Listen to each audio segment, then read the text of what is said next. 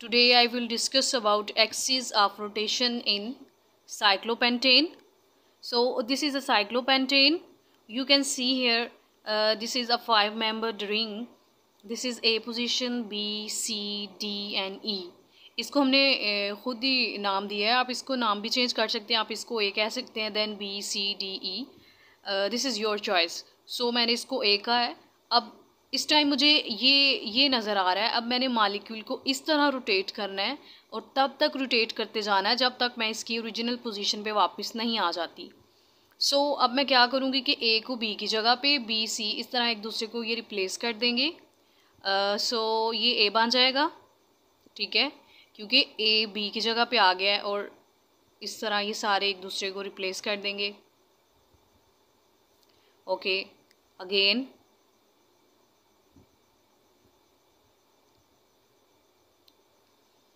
अब A यहाँ पे आ जाएगा, then B, C, D and E. Okay, again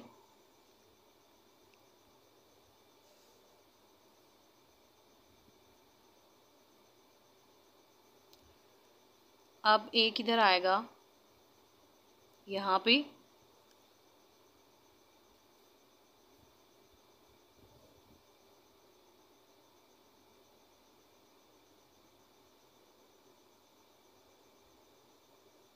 और अब A यहाँ पे. एक दफ़ा और करना पड़ेगा. अब A यहाँ. यू कैन सी कि ये वाला, ये जो फर्स्ट वाला और ये जो लास्ट वाला है ये बिल्कुल एक जैसे ही. देखें यहाँ पे A पोजीशन यहाँ पे थी, फिर B, C, D. और मैंने मालिक्यूल को तब तक रोटेट करवाया है जब तक ये इस पोजीशन पे हम पहुँच नहीं जाते. तो हमें पता है हम रोटेशन को C के साथ शो करते हैं. सो इसको हम कहेंगे C1. मैं अपनी प्रीवियस वीडियो में आपको बता चुकी हूँ कि ये इसको हमने किस तरह करना है. C3, दिस इज़ C4 और ये क्या हो गया हमारे पास C5. और हम क्या करते हैं कि जितने हमारे पास ये बनते हैं ना, जैसे ये C5 बना ना, तो 5 बना, 5 पे आके रुके, यानी आपने 5 दफ़ा 5 रोटेशंस करवाई हैं, तो तब जाके आप दोबारा से ओरिजिनल पोजीशन पे पहुँचे हैं जहाँ से आपने स्टार्ट किया था. तो 5 दफ़ा रोटेशन कराइए, इसलिए जितनी रोटेशंस हम करवाते हैं उसी को नीचे यहाँ पे मेंशन कर देते हैं, ठीक है.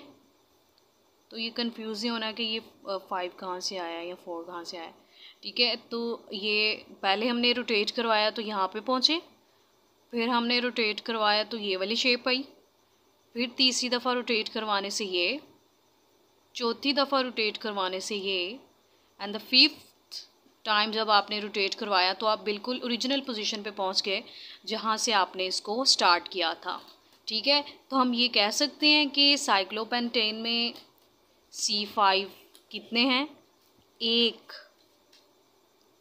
ये आप एक ही मालिक्यूल को रोटेट करवा रहे हैं उसकी पोजीशंस को चेंज कर करके. और ये C5 जो है ना, ये एक C5 है, इसको आपने 5 नहीं कंसीडर करना. ये है तो C5 ही ना, और एक ही दफ़ा आया है. अब ये देखिए आपको एक और चीज़, अब हम इसकी एक और तरह से इसकी एक्सिस ऑफ रोटेशन फाइंड कर सकते हैं.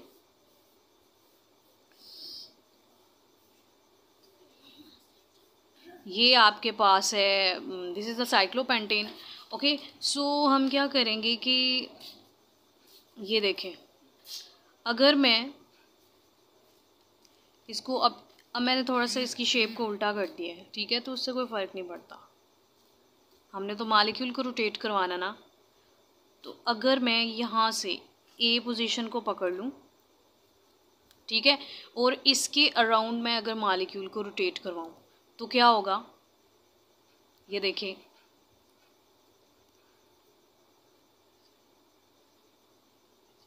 A ने तो अपनी जगह पे रहना क्योंकि हमने अब A को पकड़ा हो. आप ये सोचिए आपने A को पकड़ा है और उसके अराउंड मालिक्यूल को रोटेट करवाना है, तो होगा क्या कि ये वाला जो साइड है ये इस साइड पे चला जाएगा और ये जो साइड है वो यहाँ पे आ जाएगी.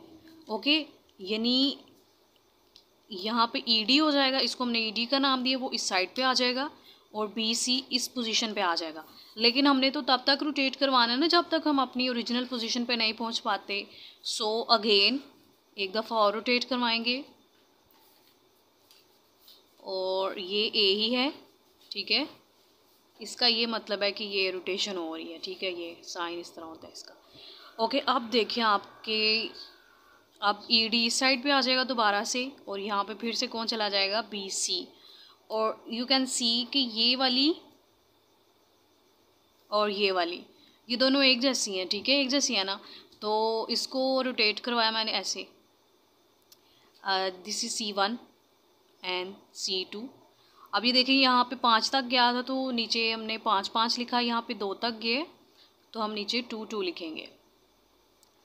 अब यहाँ पे तो हमने ए को पकड़ा था ना, तो फिर हमने मालिक्यूल को रोटेट करवाया था। इसी तरह हम बी को भी पकड़ के मालिक्यूल को ओके अब हम क्या करेंगे, अब हम इस पोजीशन को हम बी कह देंगे, ठीक है, बी कहेंगे, ठीक है। यहाँ पे सी आ जाएगा, यहाँ पे डी, यहाँ पे ई और ये ए ही है, ठीक है। क्योंकि अब हमने बी को पकड़ के तो मालिक्यूल को रोटेट करवाना है। अब देखें इसका मतलब है कि यहाँ से मैंने बी को पकड़ा हुआ और मैं इसकी रोटेशन करने लगी। बिल्कुल उसी तरह क्या होगा कि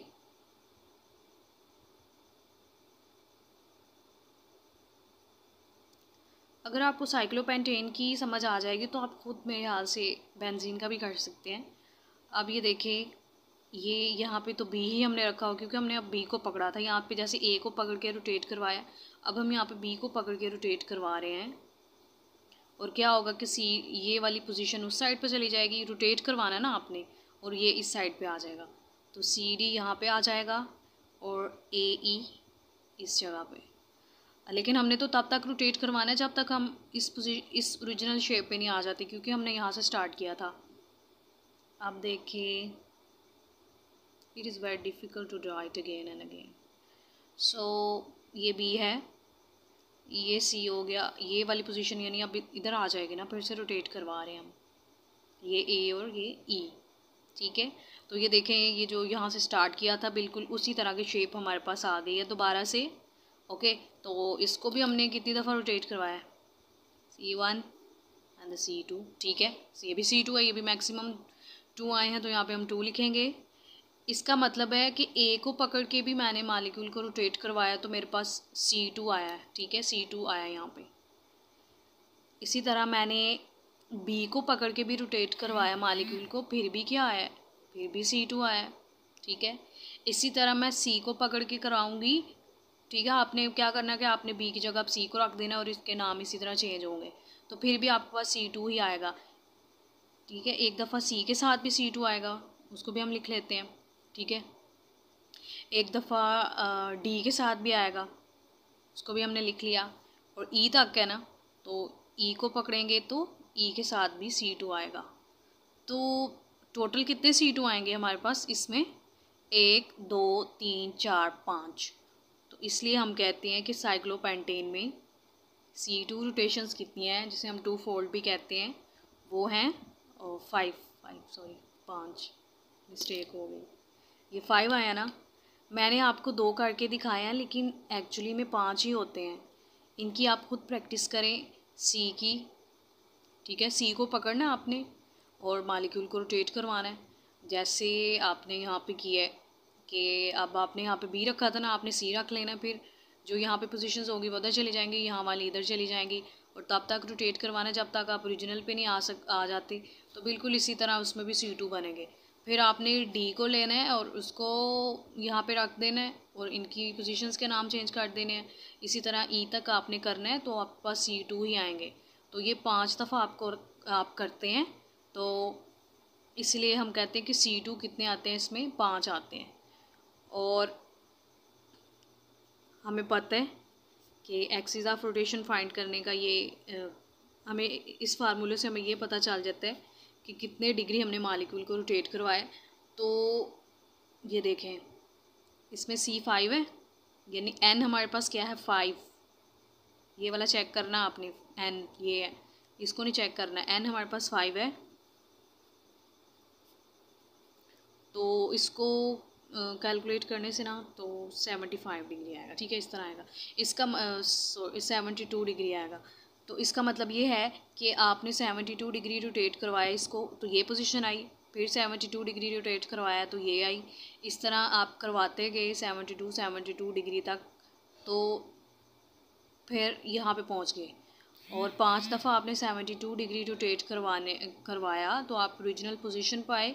और जब आप 5 दफ़ा ही 72 डिग्री को जमा करेंगे तो आपके पास 360 डिग्री आंसर आएगा। इसका मतलब है कि हमेशा 360 डिग्री इस चीज़ को रोटेट करने पे हम ओरिजिनल पोजीशन पे आते हैं। ठीक है, जैसे हम एक सर्कल भी ड्रा करते हैं यहाँ ऐसे करके, तो अगर हम ओरिजिनल पोजीशन ये है तो ये दोबारा से इसी इनिशियल पॉइंट पे आने के लिए हमने 360 डिग्री रोटेशन करवाई है।